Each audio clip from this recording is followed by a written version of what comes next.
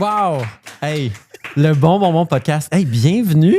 Bienvenue à cet épisode. J'ai l'impression que ça va être un vraiment bon épisode. J'ai à côté de moi deux artistes que je considère comme des superstars, des étoiles montantes, des personnes extraordinaires. Puis j'ai hâte de vous les présenter.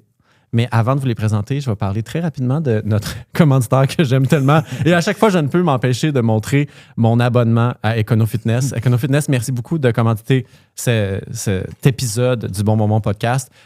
On a des fans de gym ici à table. Je sais que toi, tu es un adepte d'EconoFitness. Ouais. Peut-être que tout à l'heure, on va parler un peu de comme playlist de workout, quelque chose comme ça. Mais avant... on va quand même parler de vous. Puis je vais vous présenter sommairement pour les gens à la maison ou les gens qui nous écoutent ou même les gens ici qui sont venus nous voir, qui ne vous connaissent pas. Donc, à ma gauche, j'ai acteur, auteur, compositeur, interprète, rappeur Irden Exantus. Salut. Que vous avez peut-être vu dans Anti-Gang, mais que vous avez peut-être aussi écouté sur album parce que tu as sorti un EP en 2025 qui s'appelle Les Journées Longues, qu'on adore. Merci, t'es fin. Et à ma droite, j'ai Awabé, autrice, compositrice, interprète, qui fait aussi de la réalisation, de l'arrangement, bête de scène aussi. Je t'ai vu en spectacle l'année dernière et j'ai été complètement ébloui. Et qui a sorti de la musique aussi l'année dernière, surtout des singles. Puis j'ai vraiment hâte de parler de ça avec toi aussi. Et moi aussi. My God, my God. 2 étoiles, 2 personnes qui, vous avez, je trouve, beaucoup de points en commun. Un des points communs que je trouve vraiment intéressant avec vous, c'est que j'ai l'impression que vous avez eu une grosse année en 2025, mais sans nécessairement avoir sorti comme un album complet. Puis là, j'aimerais qu'on parle un peu de votre choix. Je sais que, Awa, toi, tu as sorti, j'ai le goût de dire 2 singles puis un cover. Ouais. L'année passée. OK. OK. Ton cover, est-ce que tu peux m'en parler un petit peu plus? Parce que c'est quand même une grosse toune. Ouais. Je danse dans ma tête Mm-hmm. de Céline Dion. Tu t'es attaqué à du Céline Dion. Ouais. J'aime Céline Dion. Mais qu'est-ce qui te fait prendre cette chanson-là comme cover? Ça a été quoi l'inspiration? Tu t'es dit, OK, on est en 2025, les gens comme, ont besoin de réentendre cette chanson-là. Parce que j'ai écouté les paroles, puis j'étais comme, OK, c'est étrangement actuel. Ouais, vraiment, c'est encore actuel. Ben, j'étais dans un club au Mexique. OK. Fait que l'histoire commence au Mexique. L'histoire commence au Mexique. Et puis, il y avait beaucoup de remix reggaeton, de chansons connues. Puis, ben là, j'ai comme chanté Danse dans ma tête par-dessus un autre remix. Puis là, j'étais comme, je pense que j'aimerais ça faire cette tune-là. Alors voilà. Hey, c'est tellement une histoire incroyable. C'était juste grosse track en plus. Moi, j'ai écouté aussi. Là. T'as fait un live remix. Ouais. De Je danse dans ma tête, puis t'es comme, ça, c'est un banger. Faut que ça revienne. Ouais, faut que ça revienne. C'est tellement fou. Ouais. Ben, c'est dur de dire plein de dés de suite. Fait que ça me faisait rire. C'est quand même un défi de karaoké. C'est vraiment un challenge de karaoké, pour vrai. Ouais. Mais c'est rare que j'entends ça dans les karaokés. Alors et peut-être pourtant. que... Ouais, c'est ça, et pourtant. C'est un gros défi en plus, c'est normal aussi. Là. Les dés plein de fois. Là, les dés plein de fois. Karaoké, c'est un petit peu chaud, ça peut être difficile aussi. Ouais, ça peut être difficile, mais je pense que c'est une bonne idée pour vos prochains karaokés. Moi, je prends des notes là-dessus, c'est clair. Ouais. Clair. Moi j'ai une mission présentement, c'est de ramener... Parce que Sous le vent, je joue tout le temps au karaoké. Ouais. Sous le vent de Garou et Céline Dion. Mais c'est une grosse track, pour vrai. Mais il y a une plus grosse track. Oh. C'est un duo entre Céline Dion et Marc Dupré, qui est sorti en 2006, que personne connaît, qui est un gros banger. Je pense que ça s'appelle Pour le courage ou Le courage de demain ou quelque chose comme ça. Puis elle est vraiment bonne la toune. Puis mon but, c'est d'aller dans tous les karaokés à Montréal. Puis juste, j'entre, je fais la toune, je ressors. Puis là, les gens sont comme, ça va comme entrer dans la tête des gens, puis là, ça va devenir le prochain. Tu vas spread la bonne nouvelle, puis les gens vont commencer à le faire en karaoké aussi. Ouais. Toi, tu as sorti un EP l'année dernière. Ouais. Puis ce EP-là, ma première écoute de ce EP-là me fait dire, c'est aussi ambitieux qu'un album, mais il y a juste comme 5-6 tunes. C'est fin. Gentil. Il y a des grosses tracks là-dessus. Les Journées Longues, il y a de la grosse track. J'aimerais ça que tu me parles un peu du temps que ça a pris faire ça, parce que tu es quelqu'un qui a l'air d'être quand même vraiment pas mal occupé. Là. Ouais, ben, tu sais, c'était un EP sur lequel je travaillais depuis 2022, puis qui était fou, qui était quand même prêt depuis un bout, mais que j'ai jamais pu sortir à cause de mon côté comédien, là, tu sais, toute la partie comédienne qui a pris beaucoup de place dans les dernières années. Puis au printemps 2025, là, tout commençait à s'aligner, j'avais rien qui s'en venait, fait que j'ai comme pu compléter l'album. Il y a une partie du EP que j'avais écrit aussi Les Journées Longues, puis Porcelaine, la première partie de VC Porcelaine. J'avais pu l'écrire comme 1 an avant la sortie du EP, puis fait que tout était comme mis en place. Puis au moment où je suis arrivé pour pouvoir le sortir, j'ai décroché Anti-Gang, puis ça a comme un peu chamboulé le cours des choses. Mais qui est quand même un bon timing, finalement. Ça a été un super bon timing pour la sortie. Ouais, c'était comme parfait dans la promotion puis tout. Ouais. Mais c'est sûr que comme c'est un défi en soi, trouver une balance entre jouer à la télévision, au théâtre, puis d'être comédien, puis de faire de la musique, ça fait en sorte que souvent... Ben, mon rapport au temps, il faut que j'accepte que quand ça se peut, ça se peut. Quand ça se peut pas, ça se peut pas. Ce qui est des fois un peu frustrant, mais en même temps aussi, je pense que ça fait du bien aussi des fois avoir le temps de faire les choses, le temps d'y penser, le temps de comme... laisser les choses descendre puis voir si t'aimes vraiment la track ou si tu l'aimes plus, mais en même temps... Mais je pense, peut-être que je me trompe, je crois que tu as dit en entrevue que la musique était ton premier amour. Ouais. Fait que dans le fond, tu as été comme quasiment déconcentré ou distrait par ta carrière d'acteur, mais tu as tout le temps dans le fond de la tête comme la musique. Tu veux tout le temps revenir à la musique. J'aurais pas pensé que je deviendrais comédien. Moi, c'est un peu... Je dirais pas une erreur de parcours parce que je pense que... Une erreur. Tout ça n'est qu'une erreur. Non, mais tu sais, mettons, les erreurs, c'est pas nécessairement des mauvaises choses. Il y a des accidents de parcours, mettons. Mettons, t'arrives, tu fais quelque chose, puis c'est pas ça qui se passe, puis finalement, c'est incroyable, mais c'est plus... Tu sais, j'ai fait de la musique depuis que j'étais tout petit. Tu sais, genre, mon rêve quand j'étais ado, c'était de devenir rappeur. Tu sais, ça a toujours été ça. Puis au cégep, j'ai comme accepté ma passion pour le jeu. Puis en sortant du cégep, tout a déboulé, puis je suis devenu comédien. Mais tu sais, j'aurais plus pensé que ça aurait fonctionné plus rapidement niveau musique que niveau acting. Tu sais. Ouais. Fait que ouais, mais je pense que je serais pas devenu comédien si c'était pas de la musique. La musique aussi, c'est de l'interprétation. C'est la sensibilité aussi qui te nourrit comme comédien. Fait que c'est sûr que ça a aidé aussi. Parlant d'interprétation, est-ce que tu as déjà vu Awabé en spectacle? Non, mais on en a beaucoup parlé. C'est ce que je disais, avant l'entrevue. Ouais, qui t'en a parlé? On veut des noms. Ouais. C'est qui m'en avait parlé? Non, mais tu peux. Non, mais c'est ça. Mais on m'en avait beaucoup parlé. On m'a dit que tu étais une bête de scène. Puis c'est ça que je te disais avant le podcast, c'est qu'on m'avait parlé de toi, puis on m'avait dit d'aller écouter ta musique. Puis finalement, je l'écoutais avant le podcast, puis c'est là que j'ai découvert ton album. Puis, mais un truc qui revenait assez souvent quand on me parlait de toi, c'était à quel point tu étais une bête de scène. C'est un truc qu'on me dit vraiment souvent aussi. En fait, avant de même écouter ta musique, les premières choses que j'ai su de toi, c'est que tu étais une bête de scène, que tu avais une des plus belles voix du Québec. En fait, plein de compliments qui m'intimidaient d'une certaine façon parce que j'étais comme, OK, je vais comme inviter une musicienne de niveau olympique à l'émission, tu sais. À l'émission du podcast. Ouais. Puis là, finalement, j'ai eu la chance de voir une perfo de live de toi. J'étais au... Où ça? C'était à la levée de fonds pour la Palestine.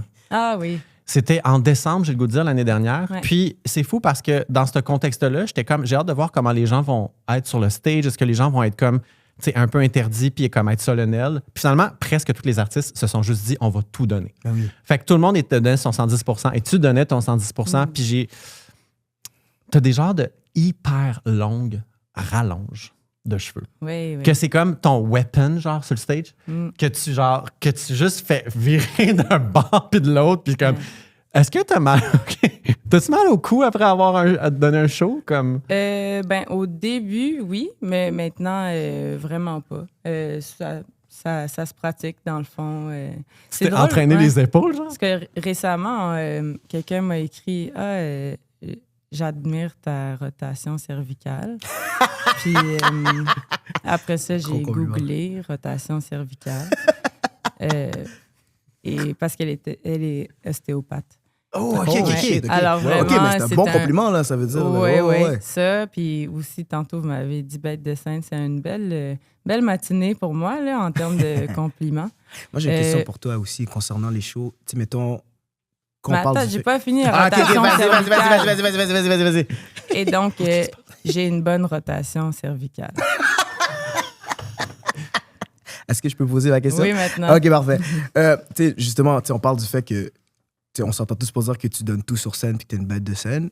Est-ce que, mettons, en tournée, est-ce que tu as déjà senti des fois que le fait que tu donnais tout sur scène peut être fatigué? Est-ce que tu as appris à comme gérer ton énergie, à préparer par rapport à ça? C'est extrêmement demandant comme show, c'est vrai. Jusqu'à maintenant, j'ai pas fait de tournée où j'avais comme plus que 2 shows de suite sans repos. Okay. J'en ai fait plus quand je faisais plus de gigs de choriste. Là, ça m'est arrivé d'être épuisée, mais plus vocalement.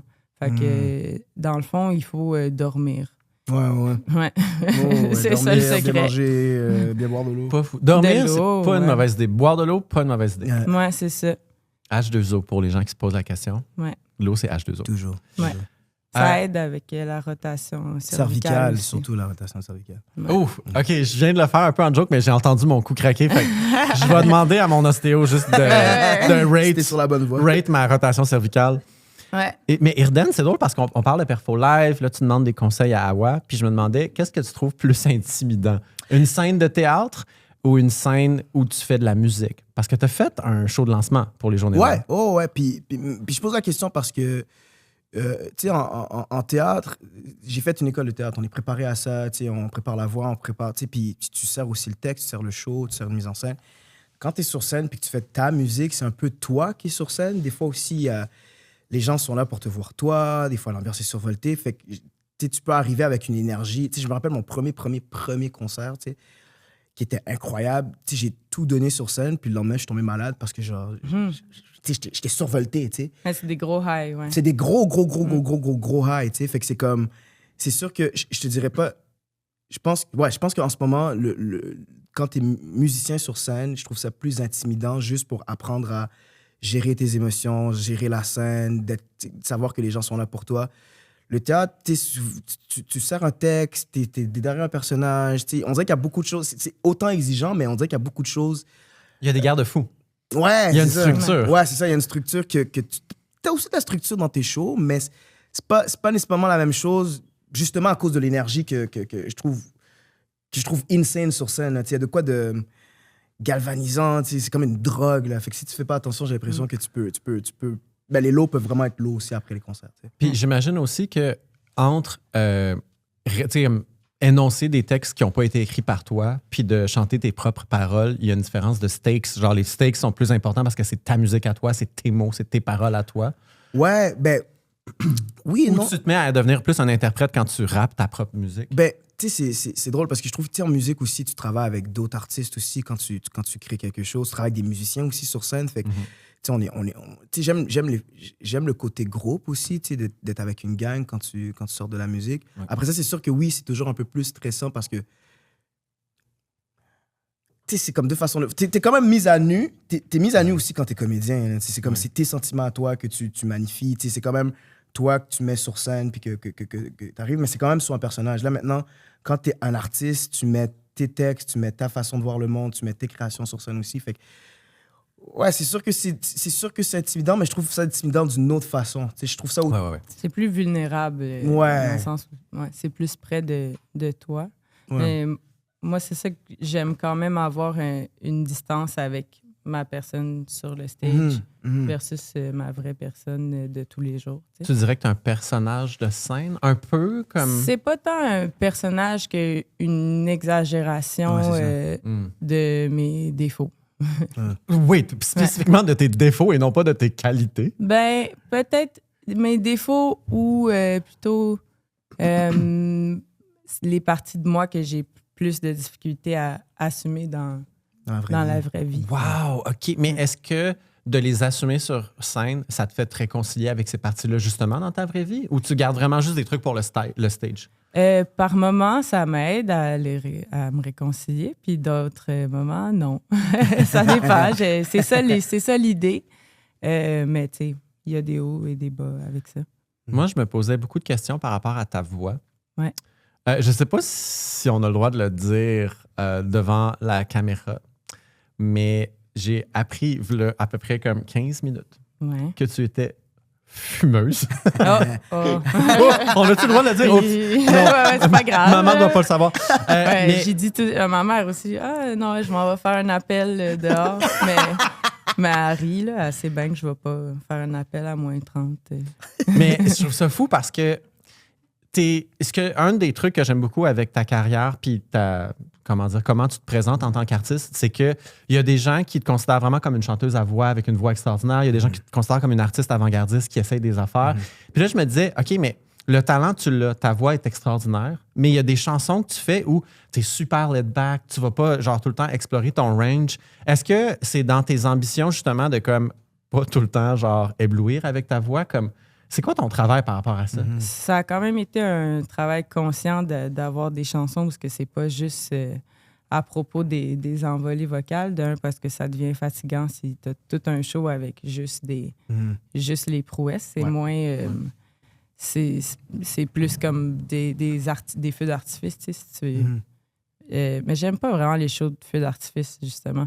Parce que c'est, à un moment donné, c'est tout le temps la même affaire. Là. Ça peut être épuisant. C'est épuisant pour les gens qui écoutent. Ouais, c'est ça. C'est épuisant à écouter, c'est épuisant à faire aussi.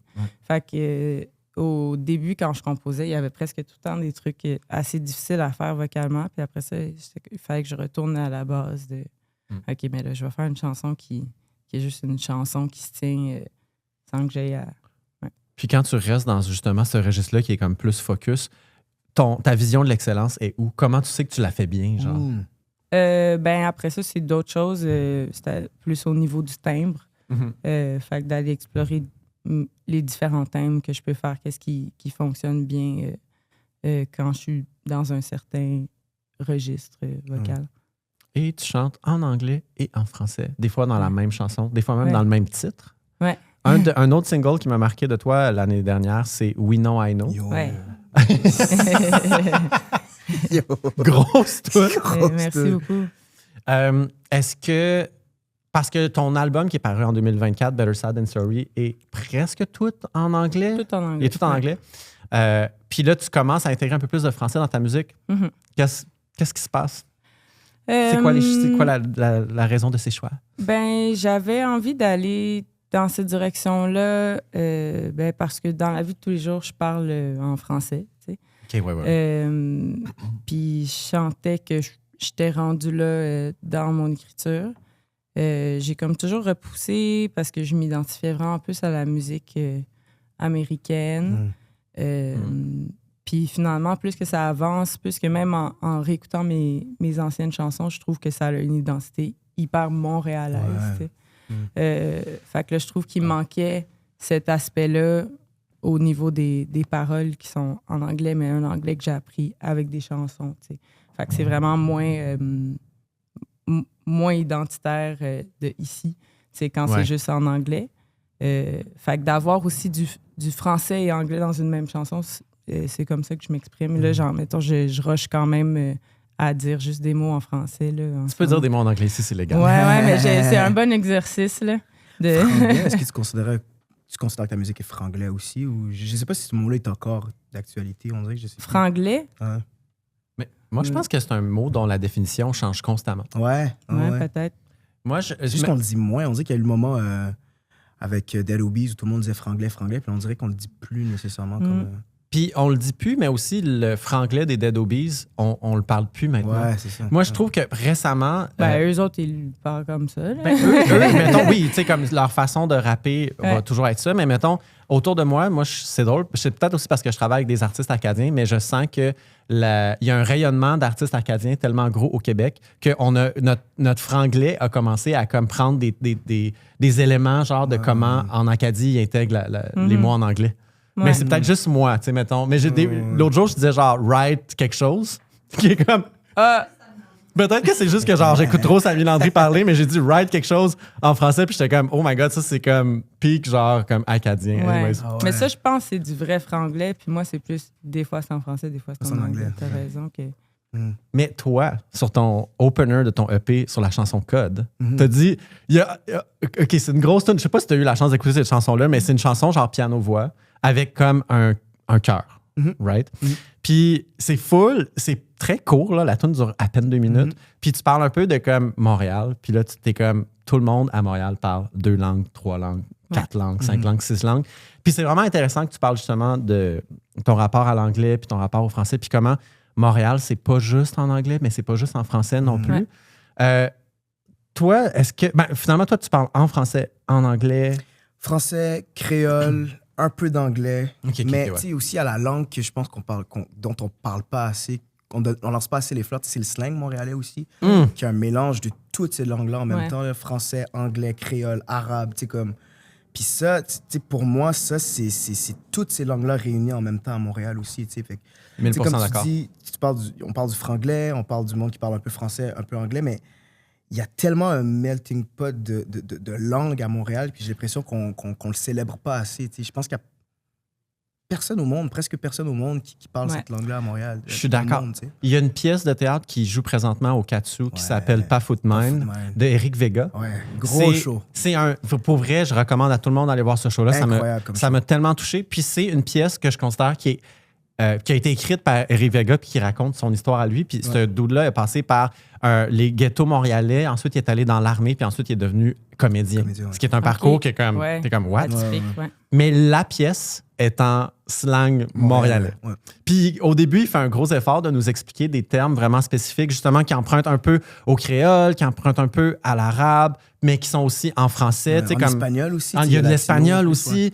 Puis ça m'a fait réaliser ou ça m'a aidé à me rappeler que Montréal, c'était vraiment pas juste une ville comme purement francophone ou anglophone, que c'est vraiment une expérience plus riche que ça. Mais pour moi, c'est le nouveau Joal. C'est comme...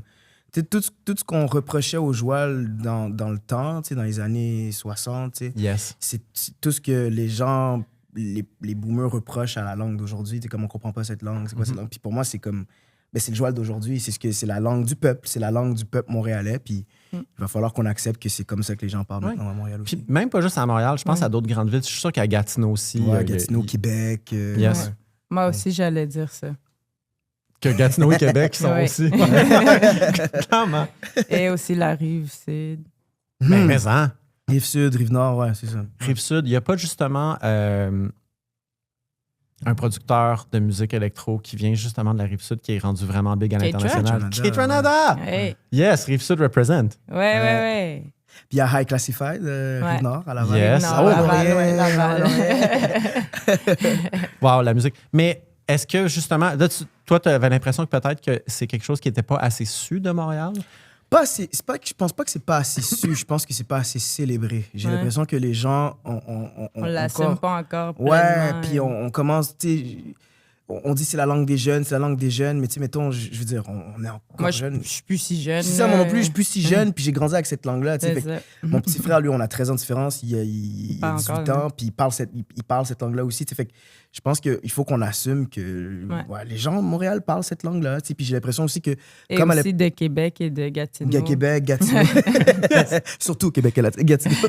Puis les gens qui je pense que souvent, à cause que les gens jugent cette langue-là, on a tendance des fois à dimmer un peu cette langue-là pour qu'on puisse parler un français un peu plus soutenu, un français que les gens comprennent un peu plus. Ce qui est comme les mêmes enjeux que le Joal à l'époque, je trouve. C'est qu'à cette époque-là, les gens disaient c'est pas du vrai français, c'est un français de basse je sais pas pour toi, mais moi aussi, c'est ça qui me retenait d'écrire en français au début, dans le sens où le français soutenu, je trouvais que ça marchait pas bien avec ce que j'avais à dire ou la façon de l'exprimer. Ça faisait il y avait comme un décalage versus en anglais, je parlais l'anglais de cette façon-là, fait que ça marchait bien quand j'écrivais. Mais là, d'avoir des exemples aussi plus du côté R&B d'un français qu'on parle tous les jours, il y en avait moins quand on grandissait. Là, il y en a de plus en plus. Mais puis aussi, c'est pour ça que j'ai envie d'aller plus vers le français, de contribuer aux exemples de R&B alternatifs dans la langue montréalaise, gatinoise et québécoise. Le R&B, présentement, je trouve, au Québec, est dans une période vraiment... charnière. Oh my God, il se passe tellement plein de belles affaires, les artistes qui font du R&B, mais aussi qui touchent au R&B puis qui touchent à plein d'autres genres de musique. J'ai l'impression que c'est un genre qui est hyper dur à mettre en boîte présentement au Québec, là. Parce que les gens qui font du R&B essayent des affaires, ils essayent des trucs, ils sortent de leur zone de confort. C'est vraiment beau à voir. Parlant de ça, je sais pas si vous pensez qu'il y a un son à Montréal. C'est un truc qui me chicote, que j'ai demandé à plusieurs invités, mais parce que pour résumer très rapidement, là, mais il y a un gars sur TikTok qui a fait une vidéo sur le fait qu'il n'y avait pas de son montréalais. Ah ouais. Mais c'est clairement genre... tu sais, Qui ça? Ah, c'est quelqu'un... C'est quoi son nom? Dis son nom. Écoute, je me rappelle pas de son nom, mais je me rappelle que c'est une des seules fois où j'ai répondu super long en commentaire à une vidéo. Il écoute quoi? C'est quoi? Il a rien écouté. Il a comparé Montréal à Toronto, mettons. Puis il disait Toronto, Drake, The Weeknd. Puis là, moi, j'étais comme... Mais on dirait que tu peux pas juste nommer 2 personnes puis dire c'est ça le son d'une ville. Il y a plein de gens qui vont dire que Toronto a pas de son non plus. Il y a plein de gens qui vont rire sur Toronto aussi. C'est moins identitaire, plus générique. Mais pour vous, c'est quoi le son de Montréal? Est-ce que c'est justement ce nouveau R&B-là? Mais c'est une bonne question parce que je trouve que c'est comme s'il y a les sons commerciaux, puis il y a le son underground, puis j'ai l'impression que le son underground a quand même pas mal son identité versus le son commercial, qui a une identité aussi très pop, très pop jazz, très des fois alternatif aussi, qui est assez présent. Mais l'univers underground, les influences R&B sont très présentes, j'ai l'impression. Là. Je sais pas si tu es d'accord avec moi, mais... Ben oui. C'est super présente, le R&B, mais plein de styles musicaux. Aussi, je pense que c'est le fait d'expérimenter dans plusieurs styles de par l'abondance de culture. Ouais, c'est ça, exact aussi. Et fait que c'est ça, c'est que ça fait un son hyper expérimental, je trouve, puis un peu plus raw, tu sais, ça sonne moins léché, disons. Exact. D'aller un peu moins dans le clean, puis... Le R&B peut rencontrer les pop, qui peut rencontrer le jazz, qui peut rencontrer l'alternatif, le rock, tu sais, comme... à cause des différentes cultures qu'on a à Montréal, tu sais. Ouais. Mais toi, tu te considères d'abord et avant tout comme un artiste R&B ou c'est pas comme ça que tu te définis? Je pense pas parce que si j'ai envie d'aller voir un show R&B, je pense pas que j'irai voir mon show, tu sais. C'est pas exactement ça. T'aurais pas exactement ton fixe. C'est ça. J'ai beaucoup d'influence R&B, évidemment, mais c'est pas... Si je dis, écoute, cet artiste R&B, j'ai envie... Je pense pas que c'est ma musique que je vais préférer. T'sais. Je pense, mettons, justement à We Know, I Know. Ouais. C'est peut-être une de tes chansons les moins R&B. Ouais, peut-être, à cause de comment je chante. Ouais, puis tu sais, il y a comme les ingrédients, les éléments. Je suis vraiment curieux de savoir comment ça se passe en studio. Cette chanson-là, je l'avais faite dans un camp musical avec Pops. Pops, qui est le guitariste de Clay & Friends, qui fait de la prod pour Ben du Monde. Puis il y avait aussi Pascal, le bassiste de Clay & Friends. Puis là, on a fait ça ensemble. C'est ça, c'est comme une collaboration à 3. D'où le son peut-être un peu moins... un peu moins comme Dab. Comme Dab, qui est comme super produit avec comme plein de textures sonores, des effets de voix. Ouais, ben ça, il y en a tout le temps dans mes tunes, mais celle-là, c'est comme c'est un peu plus épuré, disons, parce qu'eux, ils viennent complètement d'un autre genre musical, fait que notre rencontre... Oui, tu as travaillé avec Félix Petit aussi, qui aime ça aussi, essayer des affaires en studio. Oui, c'est ça. Fait que tu le sais quand j'ai travaillé avec Félix ou quand j'ai travaillé avec Pops. On va se reparler de Félix dans pas très longtemps. J'ai comme une genre d'anecdote, mais aussi, je veux vraiment que tu m'expliques quelque chose par rapport à ton univers. Mais avant ça, je veux aussi savoir, toi, comment ça s'est passé en studio. Parce que tu as travaillé sur ton EP pendant vraiment longtemps, mais est-ce que tu l'as enregistré sur une longue période de temps ou tu avais comme une petite fenêtre en studio pour aller comme enregistrer tes tunes? Parce que ton album sonne comme un gros party. J'ai l'impression que tout le monde est dans la pièce. J'ai l'impression que Shafrank est avec toi, genre, puis que genre, vous êtes en studio ensemble, puis vous riez, genre, puis vous chantez ensemble, mais c'est peut-être pas ça qui s'est passé. Non, c'est tout à fait ça. On essaie des affaires, on aime essayer des affaires, faire des expériences, puis souvent, quand on a un temps studio, j'essaie le plus possible de nous donner le plus de temps possible. Mettons, je vais jamais prendre 1 heure de studio là, avec quelqu'un. On va toujours essayer de prendre le plus d'heures de studio possible pour essayer des affaires. Puis après ça, mettons, aller des fois dans le trop, puis OK, on l'a essayé, OK, fait qu'on va dans quelque chose de plus épuré. C'est le fun d'aller dans le trop. Puis puis des fois, quand on pogne un moment d'épiphanie, puis on capote, des fois, c'est comme OK, retourne au studio, fais ça à la place, c'est ça ou quoi que ce soit, puis ça nous permet après ça de au moins savoir qu'on a essayé quelque chose plutôt que d'être dans quelque chose, d'être dans la retenue. Puis, souvent aussi quand j'accompagne, comme quelqu'un vient au studio pour une de mes chansons, je suis un peu genre la pom-pom girl derrière aussi, en mode genre, yo, let's go, man, c'est la dead, let's go, on y va, on continue. Ah, c'est bon, puis, ça. Ouais, c'est ça. Fait moi, que je suis pas de même. Ah non? J'aimerais ça, mais je suis pas très expressive. Non, ben, moi, ça dépend des... Tu sais, ça dépend des... Parce que, mettons, Chat, c'est mon ami. Fait qu'à ce côté-là, Raccoon, on a appris à se connaître, puis un peu intimidé par le gars parce que c'est Raccoon, tu sais, j'adore extrêmement qu'est-ce qu'il fait. Fait qu'il y a le côté où je le laisse créer, puis je le regarde, je suis comme, yo, essaye ça, tu sais, comme... Puis après ça, tu sais, on pogne un moment, puis on a du fun, mais c'est pas toutes les sessions que je vais être autant pom-pom girl. Tu sais, peut-être que Raccoon va dire autre chose, mais tu sais, je sais que souvent avec des amis, comme c'est tes amis, mais tu peux explorer quelque chose puis te permettre d'aller encore plus loin. Tu sais. Je tiens à dire qu'il y a des gens dans le public présentement qui sont en train de faire des moves de pom-pom girl. Genre, qui sont comme, qui font tous les moves. Ouais.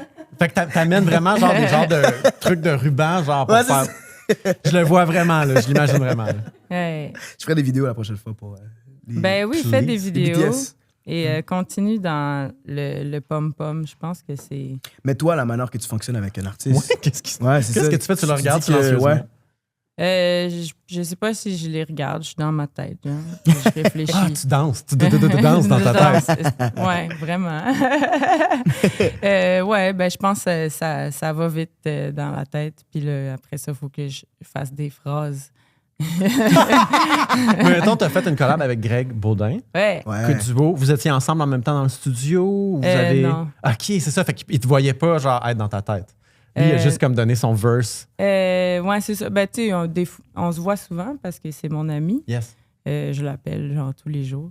Mais on a écrit chacun de notre bord. Lui aussi, il est plus dans sa tête, il écrit de son bord. Par contre, lui, c'est un bon pom-pom girl en studio.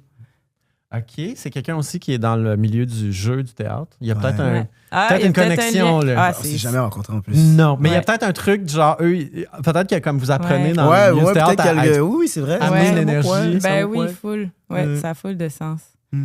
Ouais, non, moi, ouais. C'est ça. Ben, c'est ça. Mais je pense parce que aussi, tu sais, j'ai étudié là-dedans en musique, fait qu'on dirait que je suis tout le temps en train d'analyser ce qui se passe, puis à tort, là, des fois. En quoi en musique, je suis curieux? Pop ou jazz? En jazz. OK, ouais. En jazz, fait que c'est comme, il y a tout le temps tellement de possibilités, puis tout peut être bon. Fait que j'ai de la misère à comme... OK, dans le sens que tu sens que tu suranalyses des fois. C'est ça.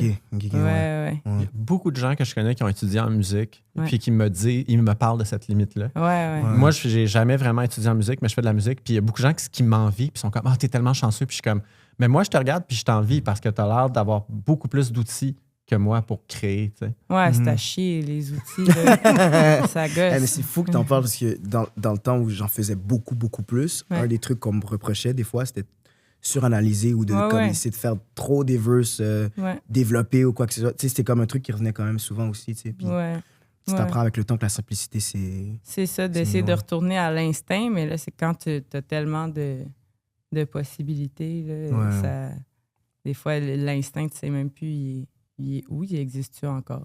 T'es-tu le genre de personne qui doit pas trop avoir de temps en studio parce que c'est un piège? T'es mieux avoir moins de temps en studio pour pas avoir le temps de trop penser, justement? Ben, ça serait bien, mais j'enregistre beaucoup chez nous. Fait que t'es tout le temps dans ce studio. Ouais. Ça suck. C'est vraiment comme... Je peux continuer à l'infini de faire de la prod. Fait que c'est pour ça que ça me prend vraiment comme quelqu'un avec moi à la réal, parce que sinon, je finis jamais. Là. Okay. Ouais. On revient à Greg, à Félix Petit aussi. Sure. Mon anecdote, c'est... En fait, j'ai des grosses questions sur ta merch de Better Sad Than Sorry. Fait que si vous allez sur Bandcamp aussi, on va sur ton site web aussi, vous allez pouvoir voir la merch de Better Sad Than Sorry, ton album paru en 2024. Puis c'est toi, il y a aussi Greg, il y a Félix, il y a probablement d'autres de tes musiciens ou tes collaborateurs. Vous portez la merch, mais vous êtes dans une épicerie. Là, je suis comme, avez-vous fait des photos sneaky, genre, de votre merch dans genre un marché de tradition? Qu'est-ce qui s'est passé? J'ai des contacts dans T'es-tu allé à l'extérieur des heures d'ouverture d'une épicerie pour aller faire... C'est la photo de merch la plus iconique que j'ai vue depuis vraiment longtemps, je tiens à le dire. Ouais, ben shout-out à Sylvain Fournier qui m'a prêté son IGA. C'est tellement fou. T'as eu une commandite d'IGA pour ta merch. Ouais. C'est tellement cool. Ouais. C'était vraiment le fun. Puis je trouvais ça le fun vendre la merch dans une épicerie. Comme quoi, c'est accessible. Puis Oui. Tout le monde va dans les épiceries. tout le monde va dans les épiceries. Tout le monde pourrait porter ma merch à l'épicerie. Ben oui, c'est sûr. Ben, c'est un T-shirt avec juste une belle fonte. Ouais. Mais on m'a aussi dit, il y a quelqu'un qui me dit entre les branches que tu as eu une période de ta vie où tu aimais ça prendre des photos dans des salles de bain. Ouais. Puis je me rappelle que la pochette de Better Sad Than Sorry, c'est toi justement dans une genre de salle de bain à quelque part. Ça, c'était aussi... Une salle de bain de garçons. De garçon, oui, c'est vrai, il y a des urinoirs. Ouais. T'avais un projet créatif photo de... Ben, au début, je prenais de plus en plus de bathroom selfies, tu sais. Puis nous, les millennials, des fois, on a de la misère à assumer les selfies. Fait que j'avais envie de briser cette barrière-là, tu sais. Puis de décomplexer le fait de juste se filer dans un miroir, prendre une photo, puis de se foutre un peu du regard de genre, bon, elle doit être narcissique parce qu'elle se prend en photo. Puis là, ça fait qu'on a tellement peur d'avoir l'air narcissique que finalement, ça devient plus narcissique d'avoir peur d'avoir l'air narcissique. Fait que juste prenez des photos dans les toilettes, on s'en fout. Mais c'est un truc des millennials, ça. OK, ça fait Ouais. Non, Non, mais il y a- je pense que ça fait plein de sens maintenant que Ouais. t'en parles parce que... Oui, spécifiquement les bathroom selfies, puis le fait que l'esthétique des salles de bain dans les 10 dernières années a comme full évolué pour accommoder les gens qui font des bathroom selfies aussi. Le fameux cliché de ce restaurant-là, il a rénové sa salle de bain pour que les gens prennent des selfies dans la salle de bain. It was a thing. Avant la pandémie, c'était un big thing. Ouais. Mais le truc de genre pas trop être self, C'est genre... Ça, il y a un terme, peut-être chez la génération plus jeune, que c'est try hard. Puis si ça paraît trop que comme tu as travaillé à ton selfie ou à ton contenu, juste mettons à tes vidéos sur TikTok, c'est comme considéré comme cringe. Puis c'est mieux que tu aies l'air de le faire sans effort, puis sans trop y penser, puis sans trop être conscient de toi. Mais comme, essayez de faire ça, de faire de quoi sans avoir l'air de le faire. Tu sais. Ouais, ben c'est ça. Puis moi, finalement, je m'en fous d'être try hard. tu peux sacrer, c'est très correct. Tu sais, ben oui, j'essaye fort. C'est le fun d'essayer fort. Ah oui. Comment, c'est quoi tu veux? À un moment donné aussi, il faut être fier aussi du travail que tu fais pour faire tes affaires. Est-ce qu'il y a de la merch de Irden Exantus? Non, il y en avait eu pour mon premier EP. Premier EP que j'avais sorti en 2022 sous mon ancien pseudonyme, c'est Palais d'Ouled, qui veut dire tu n'es pas là en créole. Puis j'ai pas eu le temps d'en faire pour mon dernier projet. Aussi simple que ça, c'est juste que j'ai pas eu le temps d'en faire. Le acting. Le acting! Mais si tu avais un fantasme de merch pour les journées longues, si on te dit genre, ça peut être ce que tu veux, ça peut être une tasse, ça peut être un t-shirt, ça peut être une robe de mariée, comme ça serait quoi? C'est une bonne question. Ouh! C'est vraiment une bonne question, il faudrait que j'y pense. Moi, je verrais peut-être un cadran, les journées longues. Ouais! Je sais pas. Ouais. Un beau cadran, genre vintage, qu'il y a un petit marteau qui fait sonner des cloches. Là. Mais tu sais, comme quelque chose qui... Des pendules. Ouais, une pendule, Une ça, j'allais pendule. dire. C'est peut-être ça, mais peut-être une tasse, c'est quelque chose qui a rapport au temps, qui a rapport aux longues journées, tu sais, une pendule. Sablier. Sablier. Ouais. Ou Let's un go. chapeau. Un chapeau. Non, c'est ça. un chapeau. Des ouais. lunettes. Un chapeau, c'est bon. J'ai un gros flash. Tu vends un sablier 24 heures, mais il est 25 heures. Mais tu le dis pas à personne. Puis là, c'est comme littéralement la journée Fait que ça, longue. ouais. Non, ou encore pire, là, 24 heures, mais il est 30 heures. Fait que là, Oh, oui, c'est, tu en rajoutes du sable ouais, tu dedans. rajoutes là. du sable dedans. Tu en mets du Ou sable. genre 24 heures, mais il est 48 heures. Ouais, c'est ça. Ouais. C'est Puis là, ça. tu dis aux gens, arrêtez de regarder votre sel, on se base sur ça. tu sais. Ouais. Rejoins-moi dans un jour. Là, tu tournes le sablier, puis là, vous voyez dans 2 jours. Ouais, Fait ou ça. genre 50 heures. Ou genre, Une semaine, tant qu'à faire. Let's plus go. c'est long, Let's go. meilleur Ouais, que c'est. Exact. Mais là, c'est que ça devient immense. Ça devient comme Ouais. un immense sablier. Trop Mais beau. t'essaies de faire croire que c'est 24 heures. Tu dis, non, je te jure, c'est 24 heures, je te jure. Ouais. Vraiment une idée. Ouais. Un sablier pour vrai, ce serait pas pire, je vais y Avec du penser. beau sable. Oui, un sable bleu. Ouais, il faudrait que ce soit un bleu C'est vrai poudre. que t'es une pom-pom girl. T'es Oui. trop sick. Ah. Bleu scintillant. Bleu Bravo. poudre, là. Il faut Ouais. que ce soit ça, ouais. T'es fin. Écoutez, les amis, c'est déjà presque la fin, mais c'est pas tout à fait la fin. Moi, j'aime ça quand même avertir les gens pour qu'ils se préparent. Là. C'est pas fini, mais comme disons il nous reste encore comme 2-3 questions gros max. Puis évidemment, quand je Sauf finis... si on change de sablier. là. Sauf si on change de sablier ou si ça devient trop intéressant, puis on est reparti sur un sujet, puis on en parle pendant 3h15. Je suis vraiment désolé à Jules qui fait la technique pour ça.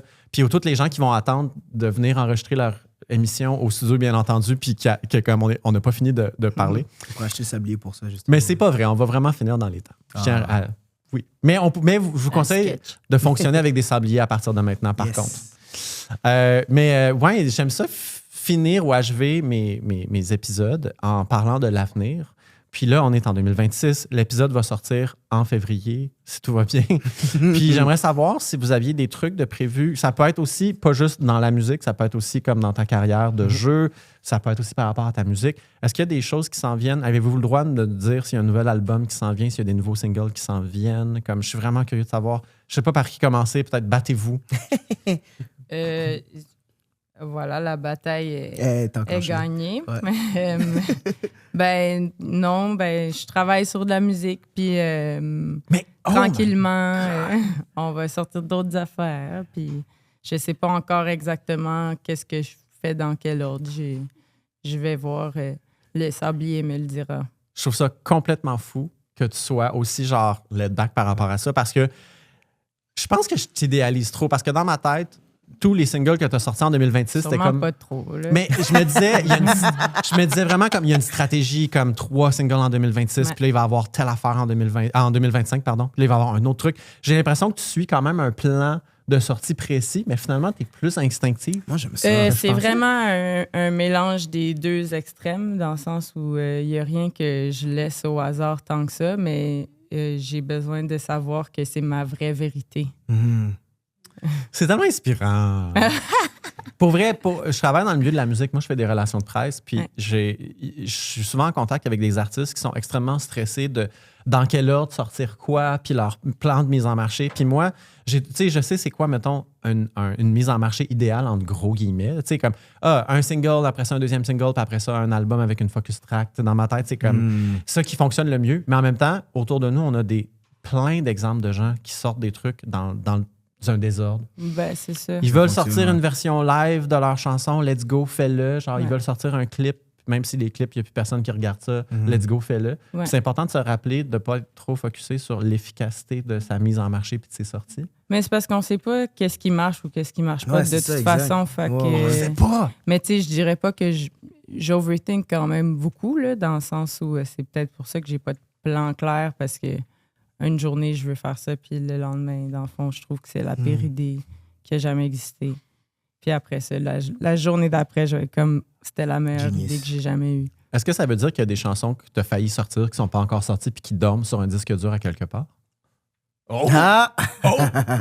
OK. Et toi, Dance, qu'est-ce qui se passe? Un peu la même chose, pour vrai. Go with the flow. Pour vrai, j'aime vraiment ta mentalité. Je vais essayer de trouver du temps pour travailler sur la musique. C'est sûr qu'en ce moment, c'est plus difficile. Fait que dans la prochaine année, c'est... Je veux comme je t'oblige quasiment. Là. Ma requête, c'est que tu sortes plus de musique. Parce que ton EP était tellement bon. T'es fin. C'est ça, je vais commencer à prendre du temps pour travailler sur la musique. Aussi des concerts par-ci, par-là aussi durant l'année aussi pour avoir du fun. Puis, j'aime ça aussi rencontrer les gens, comme mettre sur scène. Je pense que c'est le truc que j'aime le plus au monde. Mettons, être comédien puis faire du théâtre, j'aime déjà ça. Fait qu'imagine être sur scène puis faire de la musique, c'est comme le meilleur des mondes qui se rencontrent. Là. Fait que en faire aussi. Puis, c'est ça, moi, j'ai la même mentalité par rapport à ça. Je pense que j'ai ce côté-là aussi, overthinker, puis stressé aussi. Mais j'haïs ça, être stressé. J'haïs ça qu'on me stresse par rapport à ces affaires-là. Fait que j'aime mieux aller à mon rythme aussi, puis quand c'est prêt, c'est prêt. Puis on verra pour la suite. C'est vraiment flou et beau en même temps. Comme on aime. Moi, je m'attendais vraiment à des grosses révélations, des scoops, mais non, les deux, vous êtes vraiment comme go with the flow. D'une façon qui est comme anticlimatique, mais que j'adore, que je trouve extraordinaire. Puis c'est vraiment intéressant parce que je devine que tu es une personne qui peut être stressée à cause de la qualité de ce que tu fais. Mettons, genre, j'écoute tes flows, puis j'écoute les textes dans ton EP, puis je suis comme, c'est quelqu'un qui a vraiment travaillé fort. Mais en même temps, tu as vraiment l'air d'être quelqu'un qui est comme, tu sais, qui est up la vie, justement comme une cheerleader. Mais que tu réussisses à trouver un équilibre entre tout ça, je trouve ça vraiment beau. Moi, j'ai accepté ces derniers temps que j'en trouverai pas d'équilibre. On dirait que c'est ça. Non, il n'y en aura pas. À partir du moment que tu acceptes qu'il n'y en a pas, tu Tout est plus simple. Mais est-ce qu'on dit aux gens qui écrivent des séries télé d'arrêter de penser à toi? Oh non, je suis pour là. Comme que tu aies plus de place pour ta musique? Non, je suis là. J'ai accepté qu'il n'y aurait pas de... Il y aura pas de balance. Fait que comme... Tu sais, je vais jouer, puis je vais travailler sur la musique. Puis, je trouve que c'est ça qui est beau, c'est que tout se nourrit. Je veux dire, il y a des séries ou il y a des shows que j'ai fait qui m'ont inspiré à cause du propos pour écrire de la musique. Il y a de la musique et des temps de studio ou des temps d'enregistrement ou des temps de création qui m'ont inspiré après à arriver à faire une scène puis à le comprendre parce que j'ai développé cette sensibilité durant ma semaine. Fait la rigueur est toujours là, mais c'est plus que j'ai pas envie de me donner des deadlines. Parce qu'anyway, je sais que je suis assez exigeant vers moi-même puis assez overthinker pour le faire anyway. Fait que, je pense que ça, c'est pas un problème. C'est plus de trouver le bon moyen de le faire, je pense. Je comprends à 100%. À 100%. Est-ce qu'il y a des défis de jeu que tu aimerais relever? Y a-t-il des types de rôles que tu n'as pas encore eu puis tu es comme, j'aimerais vraiment ça être ça? Ben moi, j'ai dit plein de fois, là, un bon Shakespeare avec genre de Macbeth ou... Prenez des notes. Prenez des notes. Richard III, Macbeth, c'est comme un bon villain, là, mais comme... Ben, Macbeth, c'est pas tant un villain, là, certaines personnes vont dire, mais il quand même... C'est ce rapport-là un peu au darkness. Comment quelqu'un peut sombrer dans le darkness puis s'enliser là-dedans puis pas être la même personne qui était un peu à la comparaison que j'ai, c'est Breaking Bad. Okay. C'est le genre de Breaking Bad, c'est comme, mettons, le normal guy qui devient la pire des merdes. C'est un peu ce personnage-là que je veux écrire. Tu veux être la pire des merdes. Mais ton comment tu peux passer 2026? de nice guy à pire des merdes? C'est comme ce processus-là qui est comme intéressant. C'est ça, un peu que... C'est qui montre que tout le monde peut être ça. Ouais, c'est un bon rôle spicy. Ouais. Est-ce qu'il y a... OK, puis est-ce qu'il y a des collaborations que tu n'as jamais eues dans ta vie que tu aimerais avoir un jour avec des artistes? T'es-tu comme, y a-tu un artiste au Québec que t'es comme, ou même à l'international, tu me dis que t'écoutais beaucoup de musique pop anglophone, américaine. Y a-tu des artistes internationaux que t'es comme, j'aimerais vraiment ça, faire une tune avec cette personne-là?